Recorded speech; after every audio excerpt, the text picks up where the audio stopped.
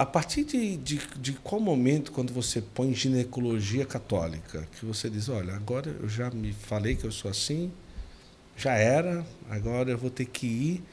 E até que ponto isso, além daquilo que foi o perfil crescer e tal, realmente foi se enquadrando como algo que disse, olha, eu escolhi e valeu muito a pena a escolha. Não só do ponto de vista de ter pacientes ou não, Sim. mas de preservar e guardar os princípios católicos naquilo que é a ginecologia, não é? Tipo, dali para frente, o quanto que para você analisa de nível de valer a pena, né?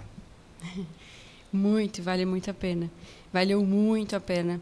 A gente vê pelos comentários, né? Então fica aberto. Alguns tem muito do direct também, de mulheres que precisavam entender aquilo, que deixaram de usar anticoncepcional porque não sabiam que era um pecado, que deixaram de utilizar o DIU porque também não sabiam e procuram para agradecer. Na verdade, essa informação inicial, depois elas também se aprofundam. Mulheres que são abertas à vida, que recebiam muitas críticas também o tempo inteiro, com aquela questão da esterilização, né? Então, esse respeito a essa população que não estava sendo feito, e a gente procurou, através do perfil, eu coloquei várias vezes, né, essas questões sobre a abertura à vida, que a gente precisa respeitar tanto aquele que quer usar, que quer fazer contracepção, quanto quem não quer. Então, parece que elas se sentiram ouvidas realmente. Então, vale muito a pena nesse sentido do retorno que elas dão, de gratidão por terem aquela informação e por verem que existem mais médicos assim, que existe um ginecologista que não tem só a intenção de oferecer o anticoncepcional, que oferece outras oportunidades também. Tem a questão dos graduandos, né, do pessoal que está na residência ou então que está na graduação de medicina, que também se inspiram de alguma forma, que enxergam aquilo como algo a ser buscado, né? Essa concordância entre o que a gente pratica na profissão e o que a gente faz como católico, né? Na verdade, entrar nessa comunhão da profissão com o catolicismo. A gente não precisa deixar a nossa religião em casa ou na igreja para poder entrar no consultório. E aquilo que nos faz diferente. Inclusive, pessoas mais próximas, médicas próximas, colegas, também falaram, nossa, Mário, eu estava com medo de me expor, mas vendo que você teve esse retorno positivo, dá mais vontade de falar sobre isso, também de colocar a religião ali, enquanto a gente ainda pode, né? Até que ponto os colegas chegam a não compreender o seu posicionamento, não só como católica, mas por não prescrever anticoncepcional?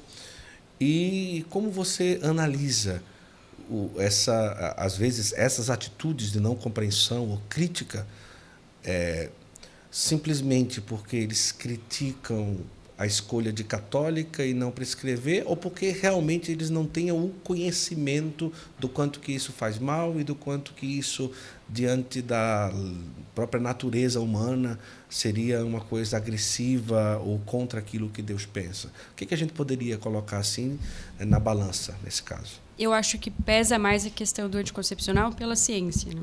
Então, eles ainda não têm essa visão de que o anticoncepcional tem efeitos colaterais que precisam ser mais esclarecidos para o paciente, porque é dito, mas às vezes de uma forma mais de uma forma com eufemismos, né? Então eu acho que eles não têm essa ideia de que talvez existam alternativas que tratam realmente as doenças, que seriam mais eficientes ali. E fica muito enquadrado naquilo de prescrever para todas as ocasiões da ginecologia. É muito natural para a gente prescrever anticoncepcional. A gente aprende 6 anos da faculdade, depois mais 3 anos de residência, e essa é a única saída para quase todas as situações de ginecologia. É muito fácil, a gente se sente mais acomodado realmente nessa situação. Existe a questão da indústria farmacêutica, com certeza. Então, a gente tem uma indústria de anticoncepcionais muito grande, que patrocina quase todos os congressos de ginecologia e obstetrícia. Então, a gente tem essa força dos anticoncepcionais, tanto pela parte industrial, né, das indústrias, dos estudos que são patrocinados por essas indústrias, e essa visão de como são as doenças, sem uso de anticoncepcional, a gente não tem essa via de estudo, não tem interesse por ver aquilo. Existe a questão que muitas mulheres hoje em dia, né, a maior parte das mulheres usam contracepção. Então, nós não temos um grupo de mulheres a ser estudados que não tem anticoncepcional, para a gente utilizar aquele grupo sem hormônio para poder estudar realmente como funciona aquela doença específica em casos de não bloqueio hormonal. Então, eu acho que tem essa questão muito forte do anticoncepcional, que é histórico para a gente. Nós aprendemos assim, nós praticamos assim, e qualquer coisa que foge daquilo é muito estranho. Então, eles já acham, como assim, né? Como é que vai ficar sem anticoncepcional para essas doenças? E depois, como é que vai ficar sem anticoncepcional? Como vai fazer para planejar, que é o planejamento familiar? Vai ter filho até, né, os 10, 15 filhos. Aí entra aquela questão da abertura à vida, que é muito difícil deles entenderem. Aí entra a questão religiosa também, mas acredito que seja um segundo plano. Agora, dentro da igreja, muitos católicos usam anticoncepcionais, né? E você já chegou a ser abordada por pessoas católicas? Então, Mariana, eu sou católica, eu nasci na família católica e eu uso, e não tem problema algum e tal. Se aconteceu já alguma vez ou algumas vezes, e como você posiciona para tentar fazer com que a pessoa entenda essa questão do anticoncepcional diante das reações e tal? Como que você chega a abordar isso com alguém e se já aconteceu alguma coisa parecida assim? Hoje em dia no consultório já chega um pouco selecionado, né? Então elas têm mais conhecimento. Geralmente elas chegam em transição, que eu chamo, então elas usam o anticoncepcional, querem parar e aprender o método Billings, para no caso espaçar. E aí depois vem a compreensão talvez da abertura à vida. Há alguns casos elas usam também o método Billings, métodos naturais, para espaçar por questões médicas, por outras questões de motivos justos. Também tem isso.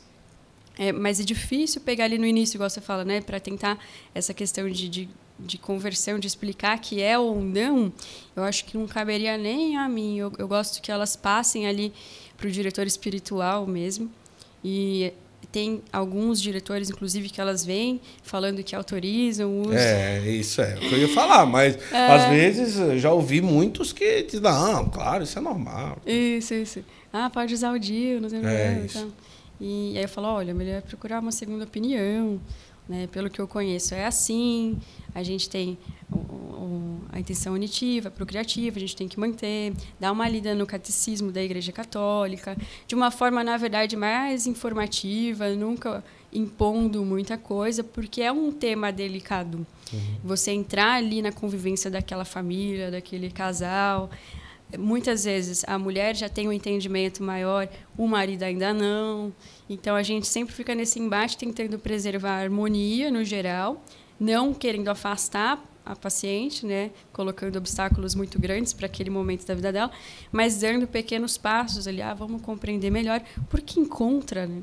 Então, está bem fácil, na verdade, ali no catecismo está claríssimo sobre os anticoncepcionais, sobre o potencial efeito abortivo que eles têm, então é muito claro.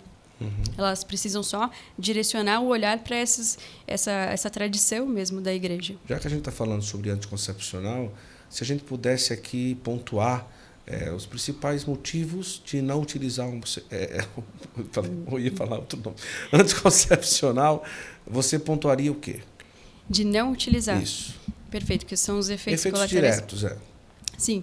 Os mais conhecidos, que são inclusive aqueles que a gente precisa abordar antes de prescrever, como o ginecologista, que são os que têm essa prescrição proscrita, que a gente não pode por categorias, seria, por exemplo, as pessoas que têm hipertensão, que têm problemas cardíacos, diabéticos, pessoas que têm enxaqueca após os 35 anos, pessoas tabagistas. Por que a gente tem essas contraindicações absolutas?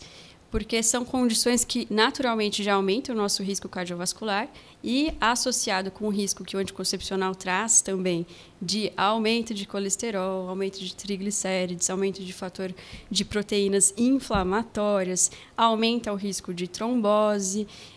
Isso, o risco relativo, né, comparando quem usa com quem não usa, é cerca de 2 vezes mais. Aumenta o risco de câncer de mama, também em torno de 20%, podendo chegar até 38% com mais de 10 anos de uso de anticoncepcional. Então, eles têm todos esses efeitos já conhecidos, que todo mundo fala, e alguns efeitos nem tão conhecidos assim, e que às vezes os estudos não são claros, né? Geralmente falam, pode ser que dê, pode ser que não é categórico em afirmar, que seriam efeitos, por exemplo, de cefaleia, de dor de cabeça, de varizes, de baixa de libido, de depressão, ansiedade. Nossa, tanta coisa, hein? Agora, diante dessa realidade do anticoncepcional, até que ponto as pessoas que chegaram a fazer essa transição que você fala, elas percebem uma diferença no seu dia a dia quando param de utilizar, por exemplo, o anticoncepcional? Percebem muito.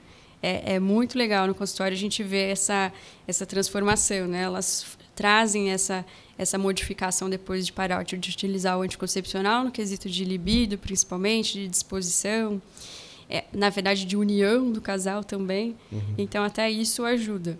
E fora essas questões que a gente sabe ali de exames em si, que acabam melhorando também. Então, elas trazem essa melhora, sim. Agora, falando um pouco sobre a questão fisiológica mesmo, os efeitos quando se fala, por exemplo, a mulher que toma um anticoncepcional, Guto, risco cardiovascular é porque acontece isso no sangue. Isso. Ele, para que a mulher não engravide, ele ocasiona isso no corpo para que não aconteça que ela fique grávida. Do ponto de vista assim da própria medicina mesmo, como que ele age para se tornar tão agressivo assim, para ser chamado de agressivo, por exemplo? Isso, existem esses efeitos, em geral, a gente associa aos anticoncepcionais orais, okay, que tem 2 tipos de hormônio, a progesterona e o estrogênio. Quando a gente usa esses hormônios que são sintéticos, eles têm um potencial tanto de bloquear os hormônios parecidos, que seria o fisiológico, como bloquear outros receptores. O potencial dele é mais forte, chega a ser 10 vezes mais forte do que a gente tem naturalmente. Quando a gente tem essa informação no nosso cérebro o tempo inteiro tomando aquilo, a gente entra numa menopausa medicamentosa. Então, o cérebro entende que já tem hormônio suficiente, ele manda informação para o ovário, né, para ele não ovular mais, porque não precisa, e ele deixa estagnado aquele hormônio. Isso bloqueia os receptores, consome muitos nutrientes também. Então, a gente tem uma depleção ali de zinco, de magnésio. Então, aumenta a resistência insulínica. Tudo isso porque é um hormônio sintético que tem um potencial muito maior do que aquele que é o natural nosso. Então, a intenção e a finalidade é bloquear a ovulação, e com isso não vai soltar o óvulo para encontrar com o espermatozoide, que é o efeito anticoncepcional dele. Ele também altera o muco cervical, por exemplo, deixa o endométrio, que é a parte de dentro do útero, mais fino, então não fica propenso à implantação, à anidação. E, além de tudo isso, né, esses efeitos todos, eles causam essa anticoncepção, mas nem sempre desse jeito, ou seja, nem sempre ele consegue inibir as ovulações, né? Por isso que vem a questão do potencialmente abortivo. Porque quando ele não consegue inibir, ele libera o óvulo, pode haver um encontro com o espermatozoide, que conseguiu superar ali um muco desfavorável, forma um embrião, que para nós já é vida na concepção, e esse embrião ele vai ter dificuldade para retornar dentro do útero. Então, a motilidade dos cílios da tuba fica diminuída, e quando ele chega ali dentro da cavidade uterina, ele não tem aquele endométrio, que é a caminha pronta para ele, para receber os nutrientes, para receber o oxigênio. E é ali que faz o segundo efeito, que é o pós-concepção, de evitar a gestação. Então, ali o embriãozinho pode morrer, né? Porque ele não consegue se implantar. Então, por isso que a gente fala que, apesar de não ser feito para isso, para evitar implantação, ou, enfim, evitar que o embrião progrida, ele pode, sim, o anticoncepcional, ter esse potencial de ser abortivo, nesse sentido de que a gente acredita que a vida começa na concepção.